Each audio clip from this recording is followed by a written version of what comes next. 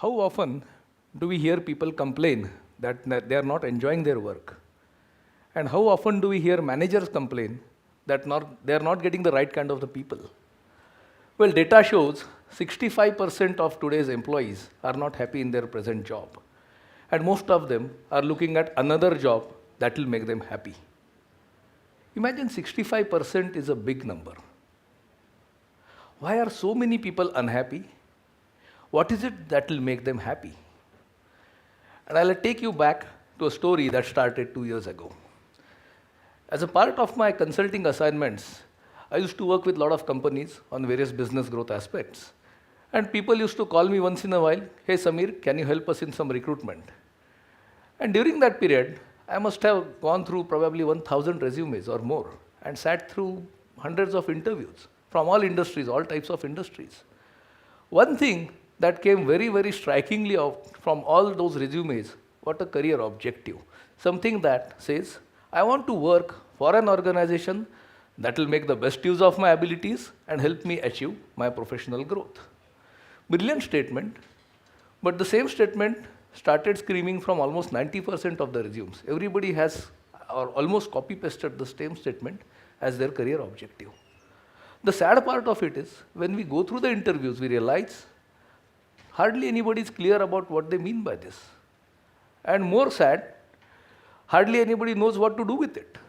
So if I'm talking of this as my lifetime career objective, I don't really know how I'm going to achieve it. As I pondered on all of these points, I realized that the whole career objective is actually made up of 3 statements. Okay, one is my abilities, one is making the best use, and third is growth. I call these 3 as career circles. And soon I realized that the interplay of these 3 circles among themselves is actually key to professional happiness. So if all these 3 circles are in a perfect balance, what else can you achieve but a professional bliss? Your life and career will be extremely stable and very, very happy. But if there are slight misalignments between these circles, one circle is slightly more, less, small, tweaked than the others, this is where the source of all the imperfections and the frustrations in our professional life start coming in. It took some while for me, a few weeks, to look at this circle, to really understand what it means. This has a lot more than just 3 circles. It is about life. And if so many people are frustrated, so many people are feeling miserable about their working life, can that be something to do with this misalignment of circles? I started getting more and more restless to the point, one day I just decided to close my complete consulting business and pursue after this problem. What can we do about this? That was 2 years back. So as I started on the journey, I started meeting people and understand their circles. The more I spoke to them, the more I realized that many people had many misalignments. For example, there were people where the job expectations far exceeded their capabilities. They ended up in a situation where the job was expecting a lot of things. From whatever wisdom they had acquired, whatever experience they had got, they were not able to fulfill the thing. Now this definitely is a source of a lot of performance anxieties and a very steep learning curve at the job. Not many people are able to manage a very fast learning curve. On the other hand, there were people whose capabilities were more, but the job was asking less from them. Ideally, this sounds good because then I am always the best performance in my team. I'll always get all the awards because I am more capable and I am Dhoni and I am playing in a very small level team. But is this how you should build your career? Typically, when a top performer starts getting appreciated again and again, there is always a risk of getting in a comfort zone. There is a risk of complacency. People become blind to the disruptions that are just around the corner. And then there are cases where these 2 circles just did not match up. Somebody who is a very good designer, a very creative architect, wanted to build great buildings, ends up in a corporation office trying to liaise with government officials, trying to pass and sanctions and compliances and all that stuff. Now, while he has a job, is that a career? So the only way that remained was to have a healthy and stable balance between my abilities, my capability circle, and what was expected from me at my job. Now, while this is all good, how does one really go about achieving it? So I spoke to all those people I could to ask them, if this is the case, what are you doing about it? What can we do about this? Many answers came, but finally it all amounted to the point that now I'll go to a job portal and start looking for a job. Which means, let's say how this actually happens in life. There is our friend, let's say Nikki. So Nikki is a software developer, around 3 years of experience, has all the Javas and the Hibernates and Springs and the Oracles with her. She feels she is not aligned in her two circles. And she starts going to a job portal and starts typing. Java, Oracle, and the list of jobs starts appearing in front of her. So much so that it's almost like 100, 200 jobs that come in front of her. Now what does Nikki do with them? She starts clicking these jobs, looking for a team player, looking for somebody who takes a great ownership, hands-on experience in Java, excellent knowledge of databases. Nikki says, yeah, this is me. This is something exactly what I do. She applies for a job. Job number 2, almost the same thing. Passionate, hardcore, working. They just keep on talking about the same thing in different English words. Job 3, job 5, job 10, all of them appear as if they are all waiting for Nikki, and she starts applying to all of them. But she is not alone. There are hundreds of other Nikkis in the world. So 100, 200, 300 people apply to the same 100 jobs. Is there a mechanism for her to see if job number 89 is better than job number 43? She does not have a mechanism. So let's cross over to the HR side of life. This guy is very happy, 100 people have applied, my company seems to be very popular. Starts clicking on the resumes. All are very polished resumes. Fantastic, Java, Kava, Tava, Mava, whatever you think has all been put there. No matter what, all resumes are loaded with all kinds of keywords. And they all have bullet pointed things that talk about, I worked on a multinational project, I worked with a team, I worked with customers. Can I really derive any meaning from all of this?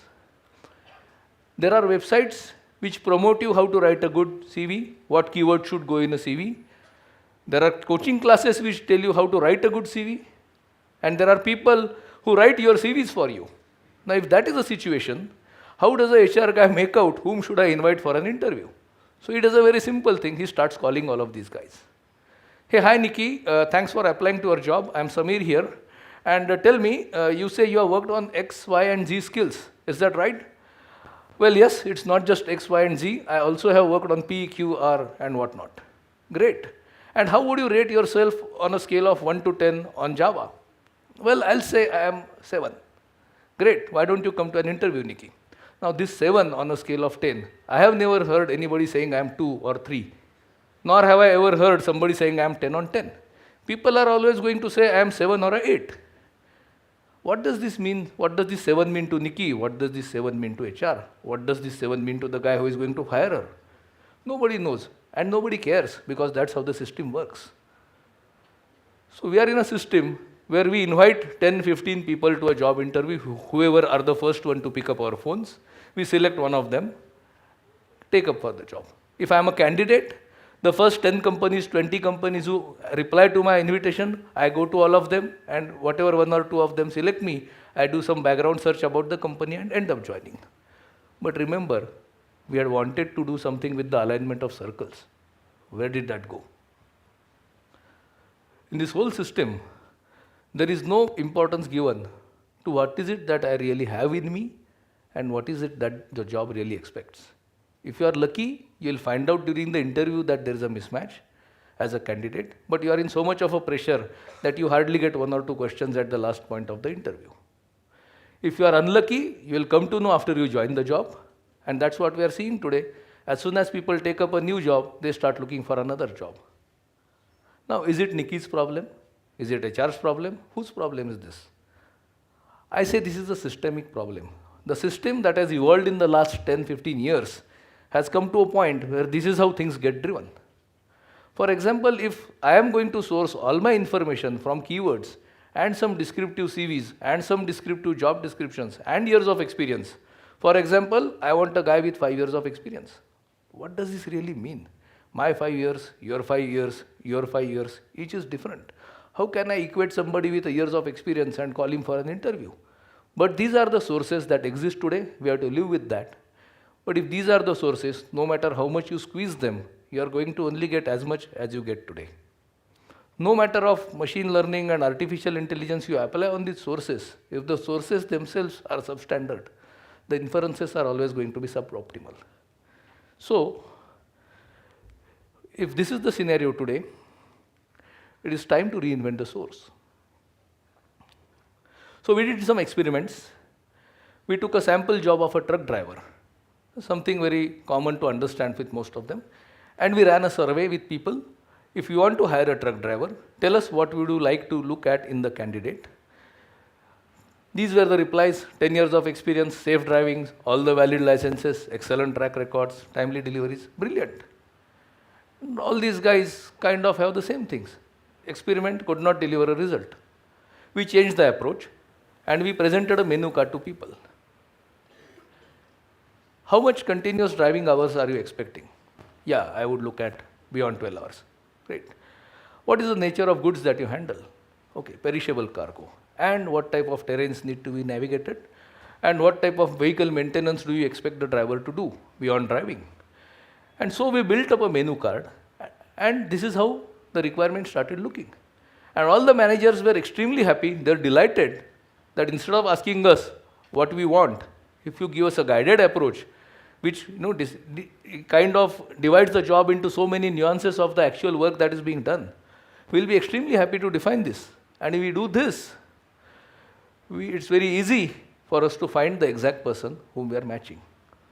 Now, are we talking about a mechanism that will allow us to differentiate between different people, different candidates, different jobs? Looks like we have. This gave me a eureka moment. It told me that all candidates are not bad. It told me that all jobs are not bad. It is just in the context of a job and a candidate that actually tells us whether somebody is a right fit or a wrong fit. So to check whether it only works for a truck driver or it can be applied larger, we went into an IT industry. We ran this on thousands of people. And we took a very specific case of 7 people who were from a same multinational company, all with a similar experience, 4 to 5 years, all with the similar salary brackets, all with the similar type of keywords, all with same education. So the conventional system could not help us to identify who is better fit, not only to identify who is better fit, but who can go in stress when he is working on a job. When we actually administered the whole process, we realized that one candidate out of all those 50 points on a menu card, now because for a Java developer the menu card became a bit larger. For a truck driver it was 8 points, for a Java developer it was maybe 50 lines. So out of these 50 points, the candidates were stronger in some cases. If you see, there were some dark greens out here, and the candidate had some weaknesses in comparison to the job expectations on certain other places, the amber ones and the red ones. But by and large, it was a balanced approach. This candidate will not go at stress if he is working for this job. But for the same job, candidate number 2 showed us that there are more reds and more ambers. Now, this is based on actual data, all people looking similar. But when you start getting deeper, you start realizing that ambers and reds have increased, so the job expectations have started getting more weightage than the capabilities that the person has. This guy might start going into stress. And the third guy, so many reds, so many ambers, imagine either in his current job, he would be in a stress, or if he is looking for a job change and going to this new job, he will definitely be stressed out. Now, if such an early warning system is available to us, and of course there is a guy who has all greens, he might go in a comfort zone. Now, which one is right? If we have a warning system of this upfront when we are applying for a job, can that be the way of tomorrow, where we can have better alignments with people? But just having an alignment doesn't help us. While I am at perfect alignment of 2 circles, as a human nature, I always feel, how am I in comparison with others? Unless that question is sorted, I will not be at complete bliss. So, 2 more questions to answer. Is my current salary correct? And what do I do to earn more salary? So we ran a same menu card experience. Now this is a classic experiment, not a real life experiment, but this is a simulation of what happens when we use a menu card approach to find the salary related problems. So, say I am a sales manager working in Mumbai. I am earning a salary of 16 lakhs. If all the 1200 people who are sales managers in Mumbai earning 16 lakhs, how am I placed in comparison with them? So if everybody has a menu card, we run an approach on them and we say that, hey guy, you are at 200th number out of 1200, which means when we come to very specific aspects of sales, like marketing and communications, lead generations and conversions and so on, compared to others, this is how you look. These are your strong points, the dark green ones, and these are your green points, the amber points, the yellow points. So if I have to remain competitive in my current salary, what are the potential risks that I face? I have to work on those ambers and yellow. I cannot simply go on asking for more salaries. There is some action coming on my side as well. And if I want to earn more salary, say I want to earn 20 lakhs, fine. There are 500 people in your city who earn 20 lakhs, who are sales managers. Out of those 500, your rank is 400, which means 400 people have more capabilities, are more capable than you if you are talking about earning 20 lakhs. Please treat that as a red signal. Fine. And then work on whatever are the new gaps for that level of salary. Please start working on them. So what has happened is this has given us a tool to actually play with all these three circles. It allows us to map my capabilities against the job expectations of different companies. It helps me tell you where I can go in stress, where I can go in extreme stress, where I can go in a comfort zone, and then I can have a more meaningful prioritization and a more meaningful conversation with people when I actually say I want to align my circles. Not only does it give us alignment between those two, it also gives us what to do with the salary part of it. So 2 years down the line, what started as a journey to identify whether I can help people align their professional lives in a more meaningful manner, I came to a point where I have discovered a tool, I have discovered a mechanism to do that. After a lot of experiments, after a lot of project pilots, we are there where the tool is established and we can use this across multiple industries and multiple domains. Since long time, we have been blaming others for our state of professional unhappiness. Or we are being too harsh on ourselves that I am not finding a good job for me or I am not good enough. Mind you, while you might be a part of the problem, the larger problem is with the system. There is a system that does not allow us a better alignment of our professional circles. And therefore, it's a time to disrupt the system. In a world where 30-40 hours of every week are spent by people at work, just imagine if such an alignment tool gets implemented, what level of stresses will drop for the millions of people around us. Thank you.